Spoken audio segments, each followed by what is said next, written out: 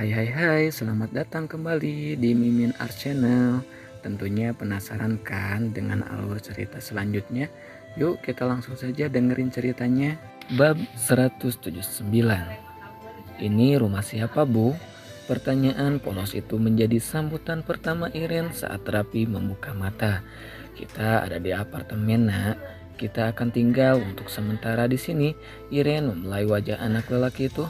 Oh iya, Pio tinggal di sebelah kita, tapi jangan sembarangan masuk ke sebelah kalau nggak minta izin ya.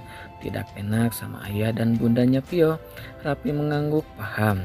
Jadi kita nggak akan balik ke rumah lama, Bu? Enggak sayang, kita nggak akan kembali ke rumah lama.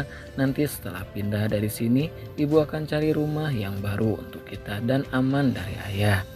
Berjalan mendekat, Rapi memeluk sang ibu setelah melihat wajah sedihnya. Bu, Om Jo itu siapa? Kenapa dia baik sama Rapi? Pertanyaan polos itu membuat Iren mengulas senyum. Om Jo itu teman lama ibu. Rapi terdiam. Bayangan Jo ketika melakukan aksi heroik untuk melindungi dirinya terus terlintas dalam ingatan. Memangnya kenapa? Kamu masih takut sama Om Jo? Ia kembali menggeleng. Kenapa ayah Rapi bukan Om Jo aja, Bu? Kenapa harus ayah yang jahat? Gak boleh bicara gitu. Nak, bagaimanapun ayah, dia tetap ayah kandung kamu. Rapi benci ayah, Bu. Ayah itu jahat dan gak sayang sama kita. Kemarin Rapi dipukulin ayah. Melihat pancaran penuh luka dari sepasang mata putranya membuat Iren segera memeluk. Yang kuat, Nak, ibu yakin suatu hari kita akan bahagia. Suara bel yang berbunyi menghentikan pembicaraan keduanya. Rapi seketika menatap sang ibu. Jangan dibuka, Bu. Bagaimana kalau itu ayah? Nanti ibu dipukuli lagi. Bukan sayang, di sini kita aman dan ayah nggak tahu kalau kita tinggal di sini. Iren menundukkan Rapi di kursi lalu beranjak menuju pintu. Begitu terbuka, hal pertama yang hadir dalam pandangannya adalah wajah bule dengan mata biru yang menenangkan. Pagi, apa Rapi sudah bangun? Sudah, ada pesan dari Pak Bos untuk membawa Rapi membeli pakaian baru. Sore ini anak-anak mau ke Istana Coklat. Sekalian Boy mau berpamitan dengan anak-anak karena besok akan pulang. Tapi saya tidak punya uang untuk membeli pakaian baru. Tenang aja, biar semua jadi urusan bos. Yang penting ikut saja. Iren mengangguk pelan. Lelaki satu ini terkesan lebih ramah dibanding kemarin. Meskipun tersamar, tetapi ia dapat melihat senyum tipis di sudut bibir lelaki itu. Siang harinya, Riana menatap sebuah bangunan megah di hadapannya dengan penuh ragu. Siang ini ia mendatangi kantor suaminya untuk membawakan makan siang. Tadinya Gali ingin pulang ke apartemen namun padatnya pekerjaan membuatnya batal pulang. Sehingga Riana memilih membawa makanan siang untuk sang suami. Akhir-akhir ini Gali lebih senang masakan buatan istri dibanding makanan di restoran mewah yang ada di sebelah kantor. Mas Galihnya ada, Mbak? Tanya Riana kepada seorang resepsionis. Wanita itu sempat memperhatikan Riana dari ujung kaki ke ujung kepala. Ada, Bu, silakan ke ruangan beliau. Tadi Pak Galih sudah berpesan supaya ibu langsung ke ruangannya saja, jawab sang resepsionis. Tapi saya tidak tahu yang mana ruangannya, Mbak. Wanita itu langsung berdiri meninggalkan tempat duduknya. Mari saya antar. Riana melangkah mengikuti wanita cantik yang berjalan lebih dulu. Begitu tiba di ruangan, Gali menyambutnya dengan pelukan hangat. Kamu bawa apa sayang? Tanya Gali, melirik ke arah kotak makanan yang baru saja diletakkan Riana di meja. Aku buat rendang kesukaan kamu, Mas. Ia mengulas senyum tipis. Alhamdulillah, lama gak makan enak, ia berkata dengan penuh semangat. Tapi makannya disuapi ya. Gali membawa sang istri untuk duduk di sofa. Tanpa menunggu lama, Riana mengeluarkan beberapa menu yang ia masak sendiri untuk suaminya. Gimana rasanya? Tanya Riana sesaat setelah Gali mengunyah suapan pertama. Enak sayang, jawab Gali. Anak-anak sudah berangkat ke Istana Coklat? Sudah, tadi diantar sama Jo dan Bara. Katanya mereka pulang sore. Boy sama Pio habis ke toko mainan, katanya buat dikasih anak-anak lain buat kenang-kenangan. Oh ya sudah, tidak apa-apa. Alpian tidak akan bangkrut hanya karena Boy memborong mainan satu toko. Riana tertawa kecil mendengar candaan suaminya. Saat Gali telah selesai menyantap makan siang, ia merapikan meja dan menyematkan tali tas ke bahu. Mau kemana sih? Mau pulang mas, kan kamu sudah selesai makan. Pulang bareng aja nanti sekalian jemput anak-anak. Temenin aku di sini sampai sore. Riana menurut saja. Kebetulan ia tidak ada kegiatan penting hari ini. Ia menemani Gali hingga menjelang sore. Kadang membantu memeriksa pekerjaannya yang sudah bertumpuk. Diakui oleh Gali bahwa Riana memang wanita yang sangat cerdas dan mengerti dunia bisnis. Wah ya, Alpian kemana mas? Hari ini Aileen sudah 2 kali menghubungiku dan menanyakan suaminya. Lagi ada meeting penting di gedung sebelah, udah dari tadi pagi. Oh, pantas tidak bisa dihubungi. Memangnya Aileen kenapa? Paling kangen sama suaminya. Riana tertawa setelah mengucapkan kalimat itu. Ia hafal betul dengan adiknya yang tidak bisa lama-lama jauh dari suaminya. Hari menjelang sore ketika Riana dan Galih keluar dari ruangan. Saat melewati lobi, Riana harus dikejutkan dengan keberadaan seorang wanita tak asing di kantor suaminya. Assalamualaikum Mbak Riana, sapa Melati. Ia melirik Riana dari ujung kaki ke ujung kepala dengan takjub. Penampilan Riana yang sekarang benar-benar jauh berbeda dengan Riana yang kemarin ia kenal. Sore ini Riana terlihat anggun dan mempesona meskipun tidak berdandan berlebihan, lengkap dengan gamis dan himar panjang yang menutupi bentuk tubuhnya. Waalaikumsalam, Mbak Melati, sedang apa di sini? Ini bawa pesanan kue buat Bu Deila, jawab Melati sambil menunjukkan beberapa kotak kue. Bukannya Mbak Melati ada kurir ya? Iya Mbak, tapi saya sengaja bawa untuk Bu Dila. Kebetulan ada yang mau saya bicarakan dengan beliau. Oh, Riana mengangguk sambil tersenyum. Kalau begitu saya duluan Mbak Melati, mau jemput anak-anak dulu. Silakan Mbak Riana. Keduanya sempat saling memeluk sebelum akhirnya berpisah. Melati memandangi sepasang suami istri yang sudah menjauh. Hujan deras mengguyur bumi sore itu. Alpian baru keluar kantor setelah menyelesaikan pekerjaan yang sempat tertunda. Ayah 3 anak itu melajukan mobil meninggalkan gedung kantor. Namun saat tiba di pos keamanan, perhatiannya tertuju pada seorang wanita yang sedang berteduh di samping pos keamanan. Meskipun baru beberapa kali bertemu, namun Alpian masih ingat pemilik wajah itu. Bukannya itu anak Pak Ustadz tempat Riana dan Gali ijab kabul ya? Dia bergumam kecil. Alpian melirik keadaan sekitar. Hujan deras dan sendirian di malam hari dalam keadaan basah kuyup tidak aman untuk wanita sepertinya. Terlebih ia mengenal wanita itu. Alpian pun memilih menepikan mobil. Kamu Melati kan? Tanya Alpian. Sesaat setelah membuka kaca jendela mobil. Iya mas, jawab Melati sambil menatap lelaki itu. Ia pun masih ingat dengan sepupu Galih yang merupakan sang pemilik perusahaan. Kenapa sendirian di sini? Saya mau pulang tapi HP saya lowbat dan saya tidak bisa pesan taksi online. Kalau tidak keberatan, biar saya antar saja. Kebetulan saya lewat depan kompleks kamu. Hujan yang cukup lebat membuat Melati tak ada pilihan lain. Terlebih udara benar-benar dingin seperti menembus tulang. Terima kasih mas, maaf saya ngerepotin, ucap Melati. Wanita itu hendak membuka pintu bagian depan, namun segera dihalangi oleh Alpian. Maaf, kamu duduknya di belakang saja, takutnya nanti timbul fitnah kalau kamu di depan. Nah segitu bab 179-nya, kita lanjut lagi bab 180-nya. Bab 180, edisi Alpian hanya untuk Aileen. Mobil melaju di tengah derasnya hujan malam itu. Alpian masih fokus mengemudi sebab intensitas hujan yang tinggi membuat jarak pandang berkurang. Suara mendesis yang muncul dari belakang membuatnya melirik sekilas ke arah kaca spion. Melati duduk dengan tubuh gemetar, kedua tangannya menyilang di depan dada. Mengurangi kecepatan berkendara, Alpian meraih jas yang tadi ia sampirkan pada sandaran kursi. Tanpa menoleh, ia mengulurkan tangan ke belakang. Pakai ini saja dulu dulu udara terlalu dingin, jangan sampai sakit. Bentuk perhatian kecil itu membuat Melati sedikit ragu, namun ia tak menolak pemberian Alpian dan segera menyambut jas pemberiannya. Tapi jasnya nanti basah mas, tidak apa-apa bisa di laundry. Alpian masih berbicara tanpa menoleh, fokusnya hanya pada jalanan di depan. Terima kasih, saya ngerepotin banget. Tidak apa-apa. Aroma parfum khas laki-laki yang mewah menyapa indera penciuman Melati ketika melingkarkan jas mahal itu pada tubuhnya.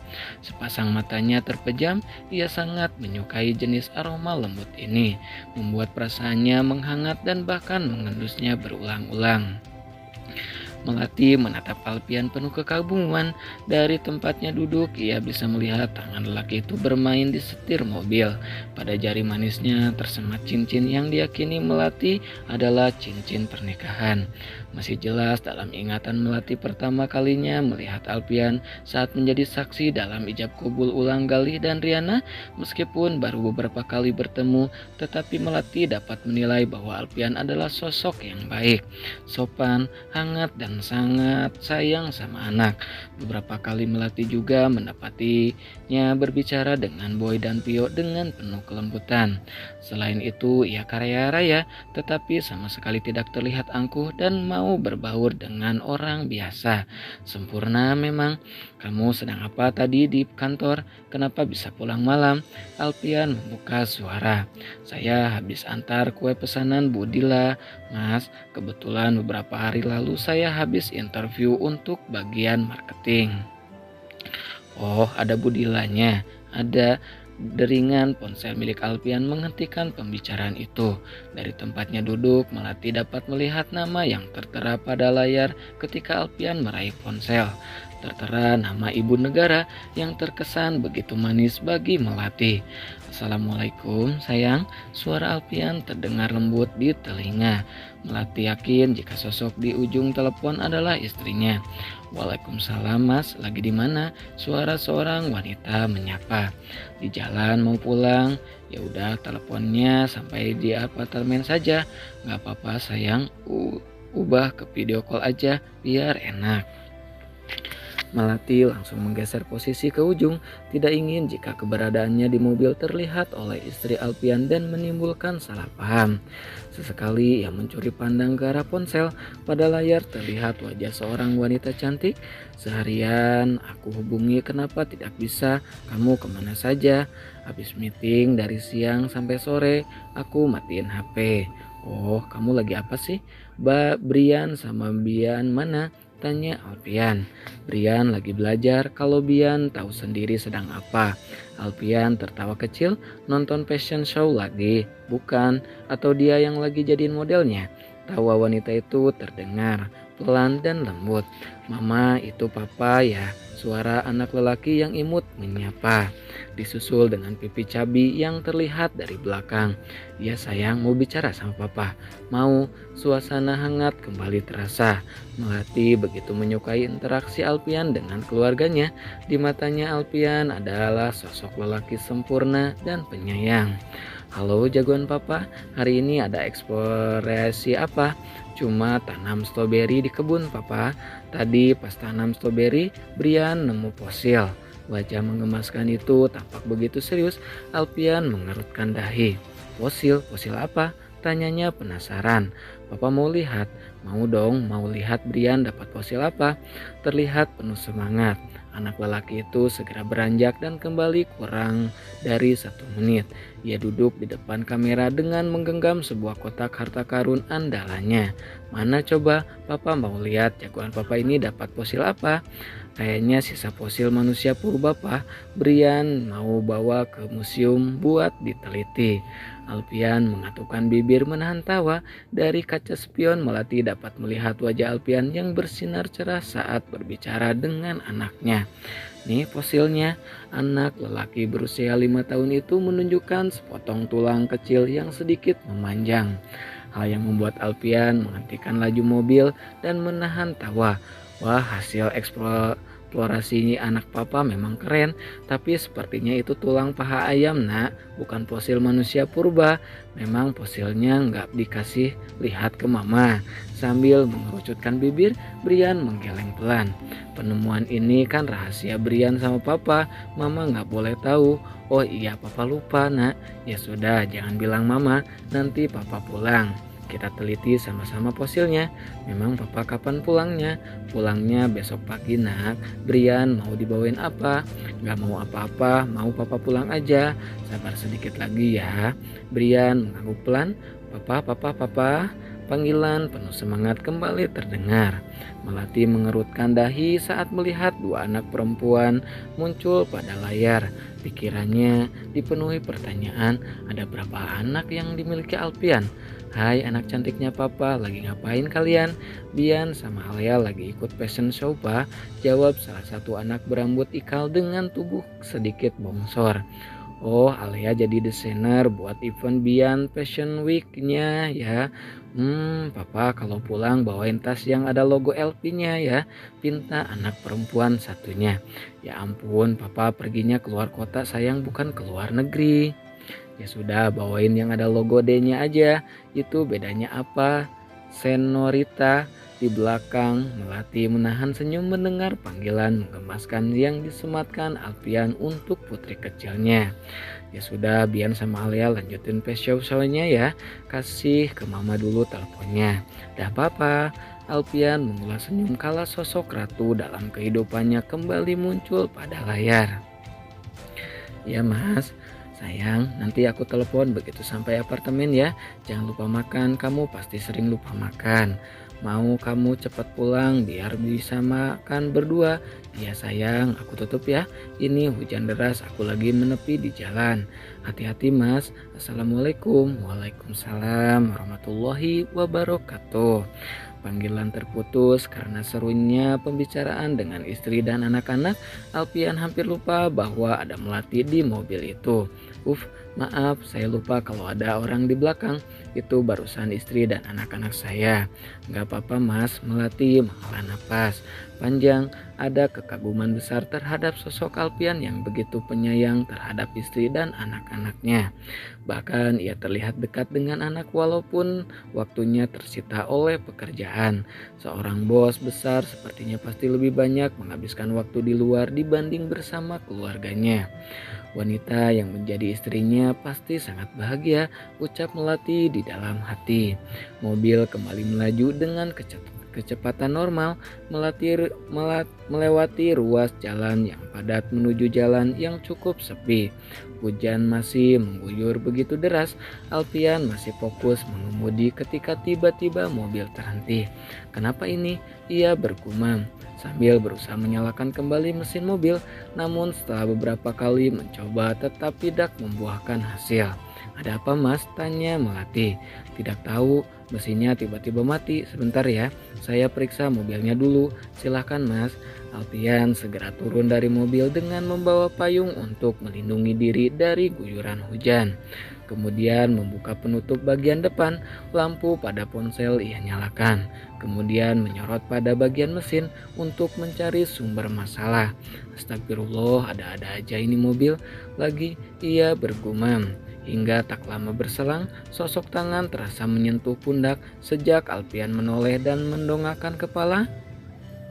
Sementara itu di apartemen, tawa riang Pio, Boy dan Rapi menggema. Ketiganya sedang bermain sambil berlarian ke sana kemari. Pelan-pelan larinya sayang, jangan sampai jatuh, ucap Galih kepada putrinya.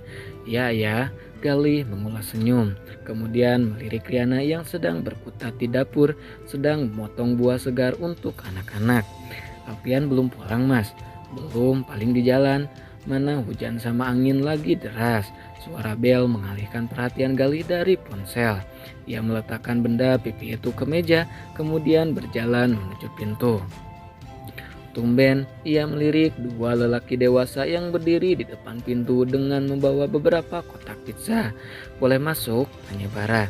Biasanya juga nggak tanya, balas Gali.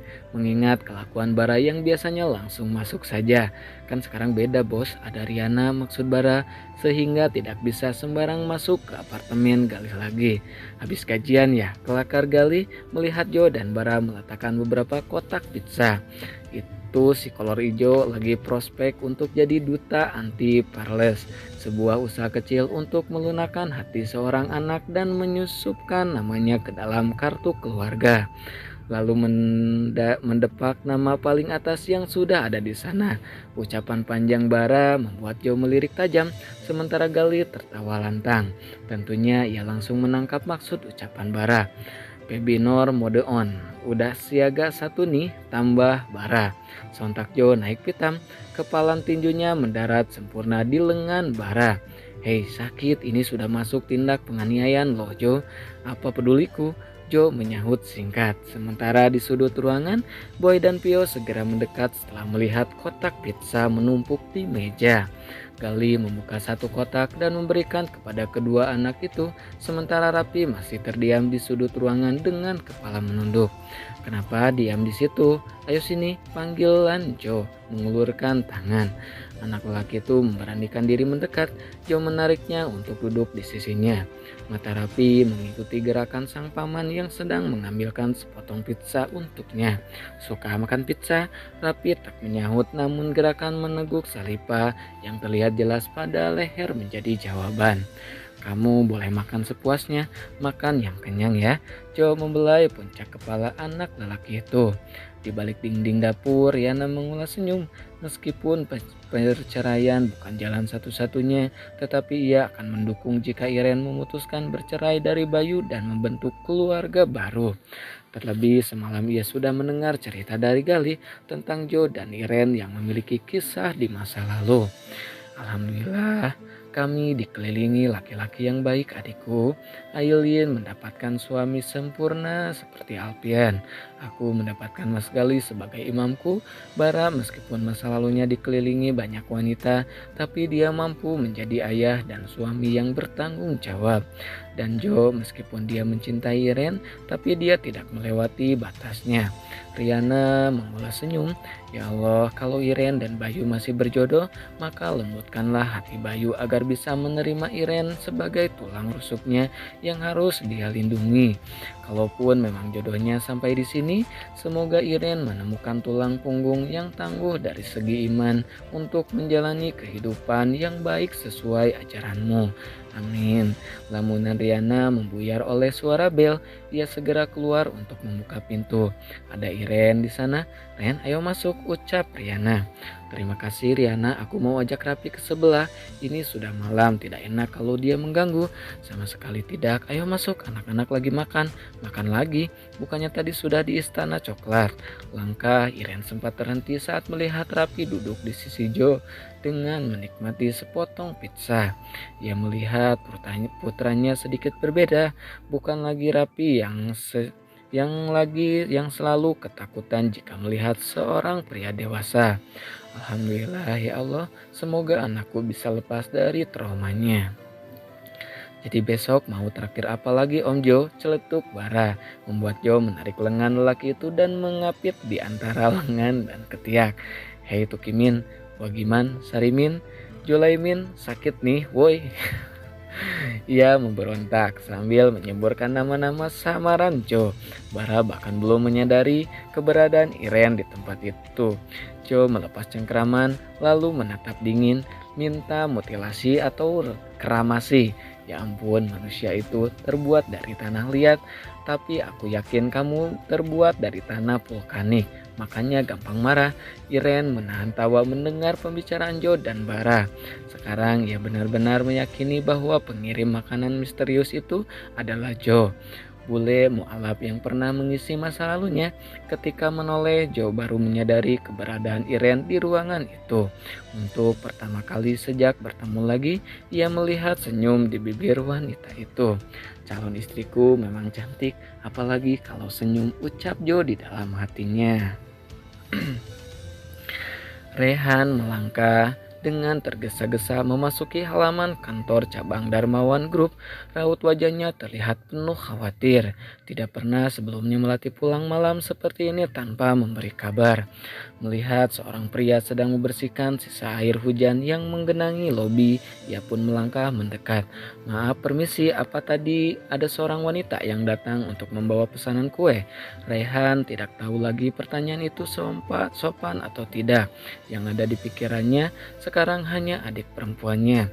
Lelaki berseragam biru gelap yang sedang menggenggam sapu karet itu menghentikan kegiatannya sejenak. Terdiam beberapa detik seperti sedang memikirkan sesuatu. "Oh, maksudnya Mbak yang datang bawa pesanan kue untuk Budila?" "Iya Pak, itu adik saya. Saya mencari kemari karena dia belum pulang juga. Padahal tadi dia izin keluar hanya untuk mengantar kue ke kantor ini. Sekalian mau bicara dengan Budila." "Kalau yang Mas maksud wanita yang memakai gamis biru, memang ada. Dia sempat berteduh di pos dalam keadaan basah kuyup. Tapi setahu saya sudah diantar pulang oleh Pak Alpian beberapa jam lalu." Kedua alis Rehan saling bertaut mendengar ucapan sang petugas. "Pak Alpian?" Preng, suara pecahan kaca memenuhi ruangan mengejutkan Aileen yang sedang merapikan lemari pakaian suaminya. Wanita itu sontak menoleh ke sumber suara, tatapannya terfokus pada lantai, di mana berserakan pecahan kaca yang berasal dari bingkai foto. Kenapa fotonya bisa jatuh? Aileen merasa sedikit aneh, pasalnya tidak ada angin kencang sebab jendela kamar tertutup rapat. Kakinya perlahan mendekat, ia berjongkot sambil menatap bingkai foto pernikahannya yang telah hancur. "Mas Alpian, kenapa perasaanku jadi tidak enak begini?" Bayangan mimpi semalam masih terlintas di pikiran, menciptakan rasa gelisah di hati. "Ya Allah, lindungi suamiku dimanapun dia berada." Nah, segitu dulu ya bab 180-nya. Makasih banyak buat kakak-kakak yang selalu stay tune. Jangan lupa di like, di subscribe juga ya. Makasih kakak, bye-bye.